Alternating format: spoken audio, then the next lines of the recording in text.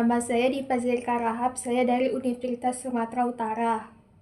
1. Investasi adalah bukan orang-orang atau individu yang memiliki kelebihan dana atau uang saja, tetapi termasuk pula semua orang yang mau menunda penggunaan uang untuk konsumsi pada hari ini untuk dikonsumsikan pada masa yang akan datang. Pada saat ini di dalam ruangan kuliah kita ini juga telah terjadi tindakan investasi yang telah saudara-saudari lakukan, yaitu investasi sumber daya manusia, di mana kita semua bukanlah orang-orang yang memiliki kelebihan dana, bahkan ada yang harus meminjam untuk mengikuti pendidikan Strata 2 di Universitas Terbuka pada program Magister Manajemen. Secara singkat, bahwa setiap orang memungkinkan untuk melakukan investasi. Investasi, penanaman modal atau pelaburan adalah suatu kegiatan menanamkan modal langsung maupun tidak langsung dengan harapan di kemudian hari pemilik modal akan memperoleh manfaat tertentu dari hasil penanaman modalnya. Dalam Kamus Besar Bahasa Indonesia, investasi berarti penanaman uang atau modal pada suatu perusahaan atau proyek untuk tujuan memperoleh keuntungan. Secara umum, investasi dapat dipahami sebagai pengeluaran atau penggunaan waktu, uang, atau tenaga untuk mendapatkan keuntungan dan manfaat pada masa depan. Jadi investasi melibatkan pembelian sesuatu yang diharapkan akan dijual kembali pada masa depan dengan harga lebih dari nilai aslinya. Tindakan investasi memiliki tujuan untuk menghasilkan pendapatan dan meningkatkan nilai dari waktu ke waktu. Investasi dapat mengacu pada mekanisme apapun yang digunakan untuk menghasilkan pendapatan pada masa depan. Ini termasuk pembelian obligasi saham atau properti real estate. Selain itu, membeli properti yang dapat digunakan untuk memproduksi barang dapat dianggap sebagai investasi. Berdasarkan teori ekonomi, investasi berarti pembelian dari modal barang yang tidak dikonsumsi tetapi digunakan untuk produksi yang akan datang.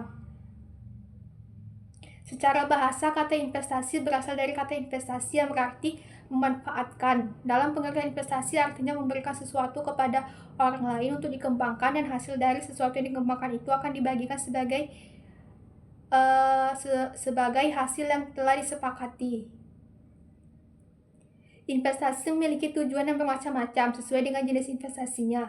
Misalnya, investasi dana pensiun bertujuan untuk mendapatkan sejumlah dana pada masa tua atau masa pensiun.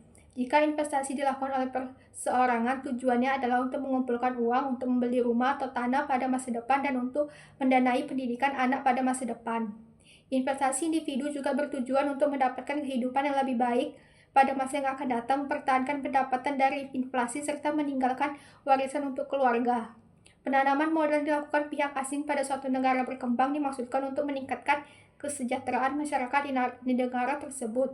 Bagi negara berkembang, penanaman modal asing akan bermanfaat dalam meningkatkan kesempatan kerja, membangun sarana dan prasarana, mengembangkan teknologi, dan mendorong pembangunan industri. Beberapa produk investasi disebut saham atau sekuritas. Pengertian surat berharga adalah hak kepemilikan yang dapat dialihkan dalam bentuk surat berharga, saham atau obligasi, bukti hutang, bunga, atau penyertaan dalam perjanjian bersama. Hak untuk membeli akta deretan jaminan pembelian, saham masa depan, atau instrumen yang dapat dibeli dan dijual. Selain itu, produk investasi dapat mencakup tabungan, deposito, emas, real estate, dan barang koleksi.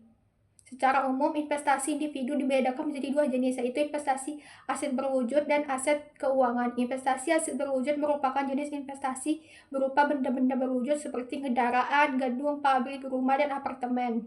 Investasi aset keuangan adalah aset tempat memasukkan uang dengan harapan akan tumbuh atau menjadi jumlah uang yang lebih besar. Investasi aset keuangan berwujud investasi keuangan seperti saham, reksadana, obligasi, dan dana pensiun.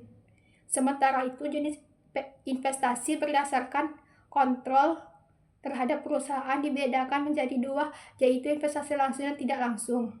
Investasi langsung adalah investasi jangka panjang pada bisnis baru atau bisnis yang sudah ada, diikuti dengan pengawasan dan pengelolaan aktif oleh investor.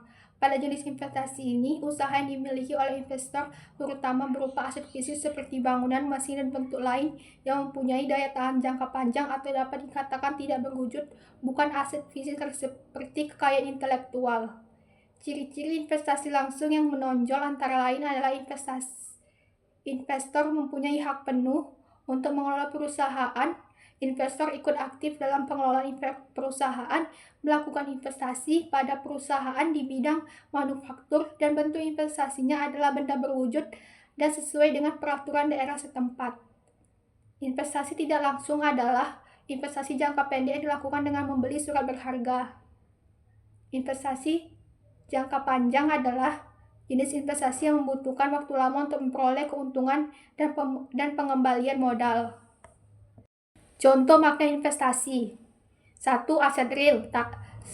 Tanah dan properti, membeli sebidang tanah dan rumah untuk dijual lagi nanti ketika harganya sudah naik signifikan. Misalnya membeli rumah dengan harga 500 juta dan setelah beberapa tahun harganya naik menjadi 1 miliar. Maka Anda akan mendapat keuntungan 500 juta. 2. Emas. Membeli emas fisik dengan harapan nilainya akan meningkat seiring waktu, menjadikannya aset yang melindungi kekayaan. 2. Aset keuangan.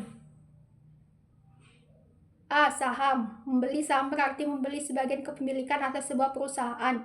Jika kinerja perusahaan baik, harga saham akan naik dan Anda bisa menjualnya untuk mendapatkan keuntungan. B. Reksadana. Mengumpulkan dana bersama investor lain dalam satu wadah untuk kemudian diinvestasikan oleh manajer investasi ke berbagai instrumen seperti saham dan obligasi. Ini cocok untuk investor pemula atau dengan dana terbatas. C. Obligasi surat hutang yang merupakan memberikan pendapatan tetap berupa bunga dan pengembalian pokok utang pada saat jatuh tempo sehingga lebih stabil. 2. Tujuan investasi. Sebagaimana yang telah disampaikan pada alinea pertama, bahwa setiap orang pada dasarnya melaksanakan kegiatan investasi, baik dilakukan secara sadar ataupun tidak. Investasi tersebut berbeda-beda untuk setiap orang, seperti investasi pendidikan, jaminan kesehatan, menabung, dan bentuk investasi lainnya. Oleh karena buku ini terarah pada investasi untuk aktiva-aktiva pembiayaan, maka secara sederhana tujuan dari investor melakukan investasi adalah untuk memperoleh hasil dalam ukuran keuangan, yaitu kesejahteraan moneter, menghasilkan sejumlah uang pada masa yang akan datang. Apabila kepentingan investor hanya menghasilkan sejumlah uang di masa yang akan datang, maka tujuan investasi tersebut sangat sederhana dan mudah. Sejumlah uang dapat dihasilkan dengan cepat oleh para investor, misalnya menjual aktiva-aktiva milik perusahaan yang tidak produktif atau menjual kendaraan pribadi yang jarang digunakan. Investor dengan cepat dapat menghasilkan uang. Mengingat luasnya ruang lingkup investasi sebagaimana yang telah dijelaskan sebelumnya, maka tujuan investasi tidak sederhana untuk menghasilkan sejumlah uang.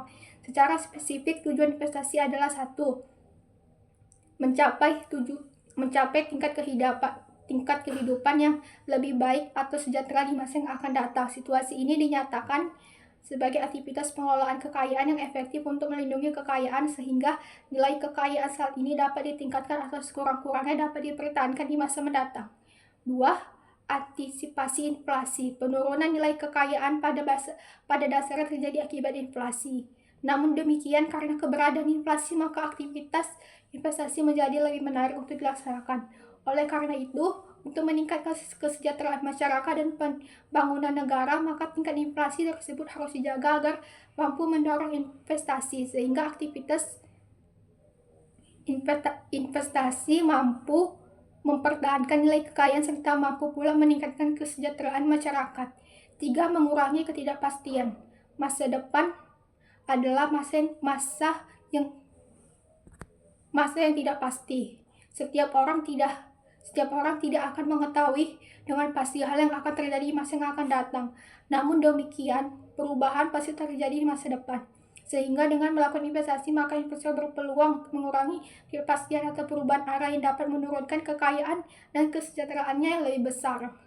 Sekurang-kurangnya risiko kerugian yang muncul dapat ditekan. 4. Peluang untuk penghematan pembayaran pajak.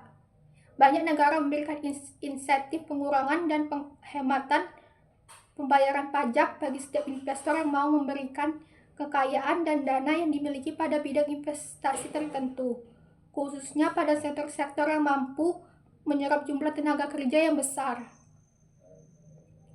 Bertitik tolak dari tujuan investasi, maka setiap orang harus dapat mempelajari dan memahami manajemen investasi dengan sebaik-baiknya, sehingga aktivitas investasi yang dilakukan oleh setiap investor, baik melakukan investasi secara langsung dan tidak langsung, dapat berlangsung secara tepat dan benar.